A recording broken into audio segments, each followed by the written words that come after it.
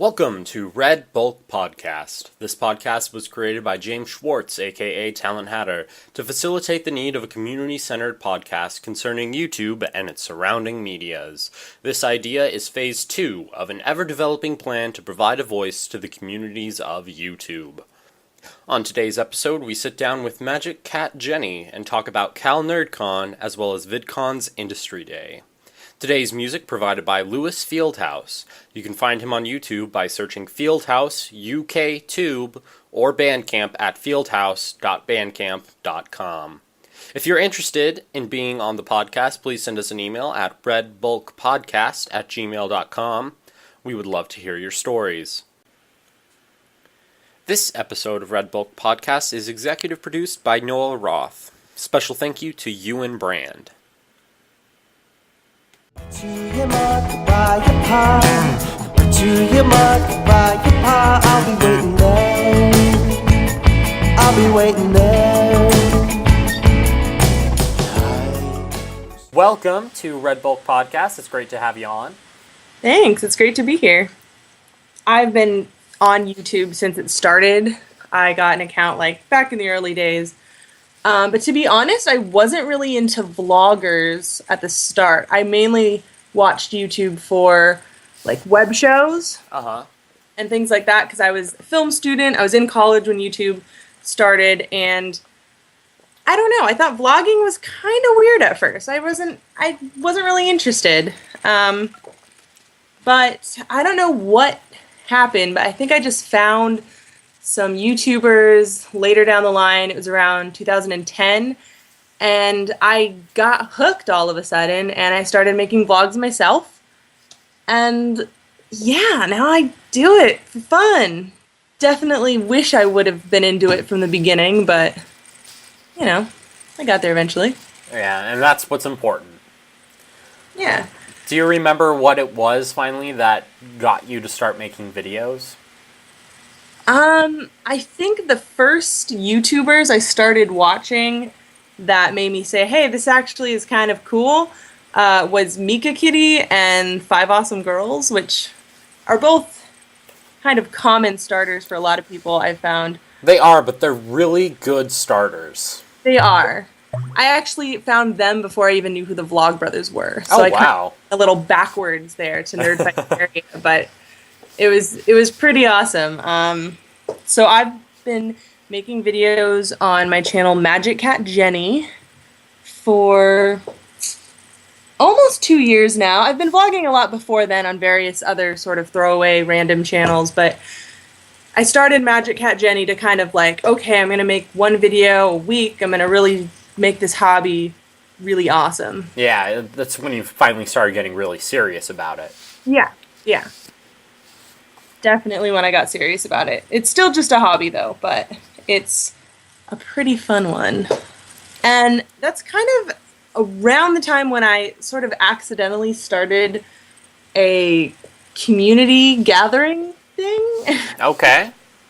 When I was first getting into Nerdfighteria, I was on the Your Pants message boards.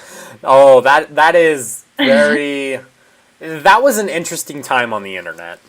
Yeah, it was interesting. I think I joined a group where I found some people in Southern California who were trying to have a get-together, some sort of meetup of SoCal nerd fighters, and I think they had a few attempts and nothing really happened. So I said, I'm just going to try and host one. I'm just going to post a Facebook event and see what happens, have people meet at Downtown Disney. If 5 people show up, cool, 5 new friends. Right. I think over 50 people RSVP'd. Oh, wow. The Facebook event, and probably a little over 20 people actually showed up. That's pretty good for a first shot. Yeah, it was really good. It was very surprising. And that was September of 2011. Okay. And since the next month was October, we said, okay, well, let's do a Halloween thing. And then December was NaNoWriMo, so we were like, let's do a NaNoWriMo thing. And then December, so, it kind of accidentally became a once-a-month thing. And we kept that up for a year. We did a meetup every month. And then after that year, we kind of did them every so often.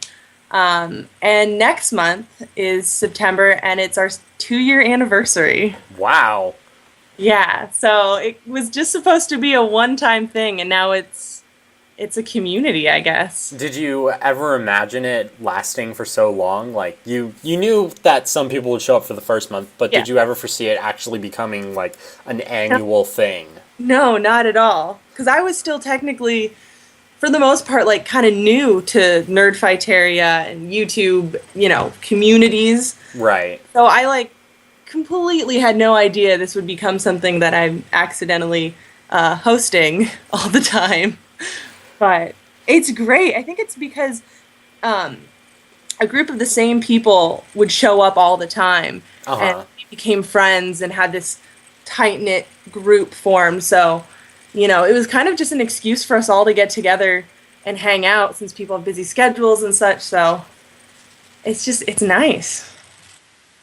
And it's interesting, too, because it is mainly younger people. I'm 27, and the majority of the people who come to CalNerdCon are teenagers. And at the beginning, it was kind of, okay, you have to meet my mom so she knows this is a legit thing. Yeah. Like, oh, here's the phone, tell my mom that this is an okay thing for me to hang out at. And then I became friends with some of the parents, and, it's interesting. And then, there are a few that are around my age, and I get to see them, but they don't always come to all of them. I think it's the younger crowd that are really passionate about it. And Yeah. That's one of the things that I've noticed, and one of the things that's brought up to me. A lot of the people on YouTube, when they started doing it, they were in their teens or early 20s. And that's what I've seen as a large majority of the communities are. They're this younger age group. And the question stands, is it something they're going to grow out of? See, I don't know. I think it depends on the person, because for me, I didn't start vlogging till I was like 24, 25. So I'm definitely not in that group at all. But I've been making videos since I could hold a camera. So I think that had YouTube existed when I was like 12, 13, I would have definitely gotten into it early and been in that sort of group. But yeah, no, I kind of got into it a really backwards way through being a film major, doing videos there. Right, you came in from a very classic standpoint. Yeah. But I don't know, I've kept with it, and I've kept with the vlogging thing just because out of all of the online communities I've been a part of, I've made the most lasting and the most sort of strong friendships from the YouTube community. And I've stuck with it mainly just to connect with people. That's really awesome. Why do you think it is that the relationships you've made on YouTube have lasted the longest? I think a lot of it really does have to do with the fact that you can see these people. You see their faces, you see them interact, you see them live their lives. It's much different than when it's just text-based forums, which is pretty much the communities I've had experience with in the past. And although you can create really lasting friendships through there, and I have, YouTube is just so much easier to see these people, who they are. It provides a more personable connection. Yeah, definitely. You can get to know them faster in a way. And although everything people post on their YouTube channels aren't necessarily the real them, it's definitely the edited, what they want you to see them, but at the same time, I think it's also very real. You definitely can see like a window into people's lives. Coming from your more traditional standpoint for the film industry, back then when you were in film school, they didn't have YouTube, and they didn't have this sort of new form media that you had the potential to work on. It was in its infancy. Definitely wasn't taken seriously. Right. So how is that perspective, coming in as a film major, how do you think that's affected you as a YouTuber? Well, I mean, it's difficult to say because a lot of the sort of technical things I was taught are outdated already. A lot of the sort of business standpoints and like long-term career standpoints, a lot of my friends from film school are doing like, film industry things and television industry, and here I am doing YouTube videos. And even in my day job, which is working for an MCN, they still don't completely get it. And I think that it's probably getting to the point in schools where they are getting it, but from when I was in college, it was definitely like, oh, YouTube, okay, yeah, I guess you could put videos there, but... Do you think film schools should be taking YouTube more seriously now?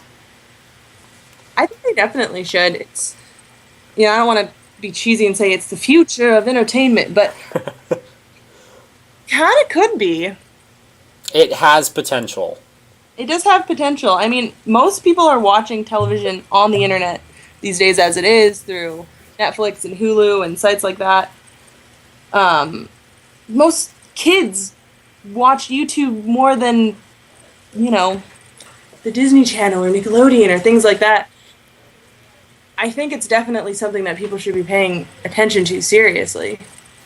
Maybe not so much film, but television, definitely.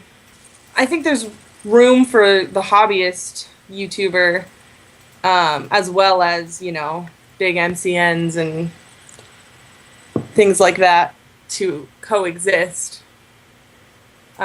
What exactly is an MCM? Multi-channel network. Oh, MCN. Okay. We did just get back from the 4th annual VidCon, of which there were 13,000 attendees. Was it 13,000? 13,000. 13,000. Oh, man. You have had the privilege to go to Industry Day all 3 years you attended the convention, correct? Yes, because I saved up my money. No other reason. I definitely made a decision with myself saying that it's important to me, and it really was amazing. I have to say that this year I wasn't sure how much I was going to learn at Industry Day, simply because of what I learn every day at work, but man, it was really worth it. It was great. What was the best thing you took away from Industry Day this year? The best thing I took away from Industry Day this year, I mean, it's something that I already knew, but to hear it from so many different people and from so many different perspectives really drove it home, was that the most important thing with YouTube is your relationship to your viewer, not the amount of views you get. And a lot of talk like that, mainly from the Green brothers, John and Hank.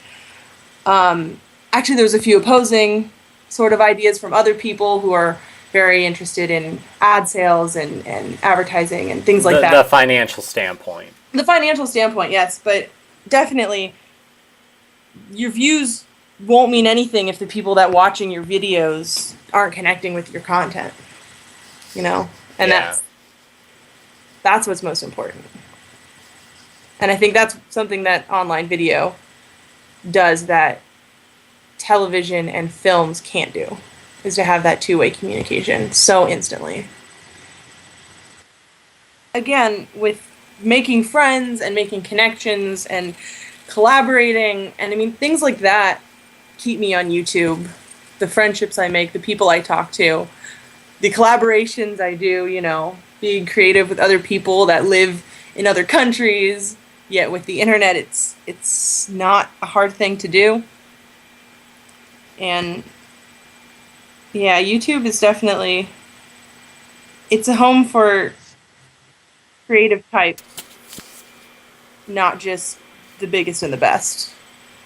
If you want to make a big movie, you have to have money, you have to have time, you have to have credibility, you have to have people. If you want to make a YouTube video, you have to have a camera and an internet connection.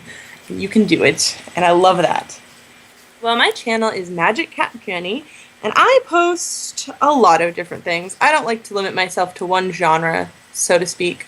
I do music videos, I do vlogs, I do short films.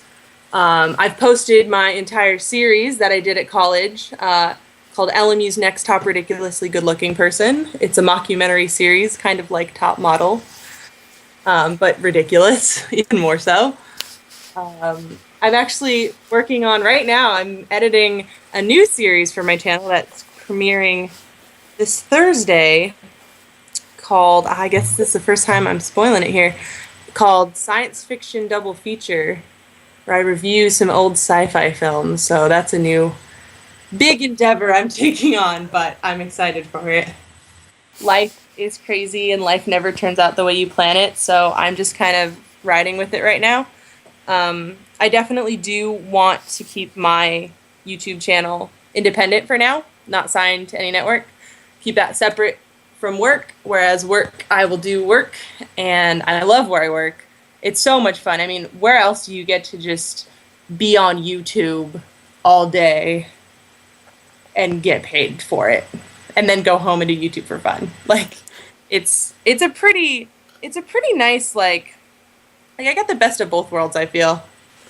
Well, very cool. Well, we are running low on time, so is there anything else you would like to say? Any friendly words of advice? Anything you'd like to just get off your chest and tell the internet? I don't know. I guess if you want to get to know me more, you can find me online and talk to me.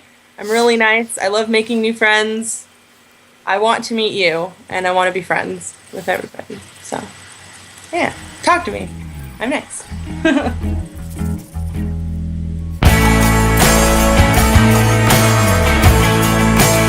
That's it for today's episode. This podcast can be found on Twitter, Libsyn, Tumblr, Facebook, Patreon, and iTunes, all under Red Bulk Podcast.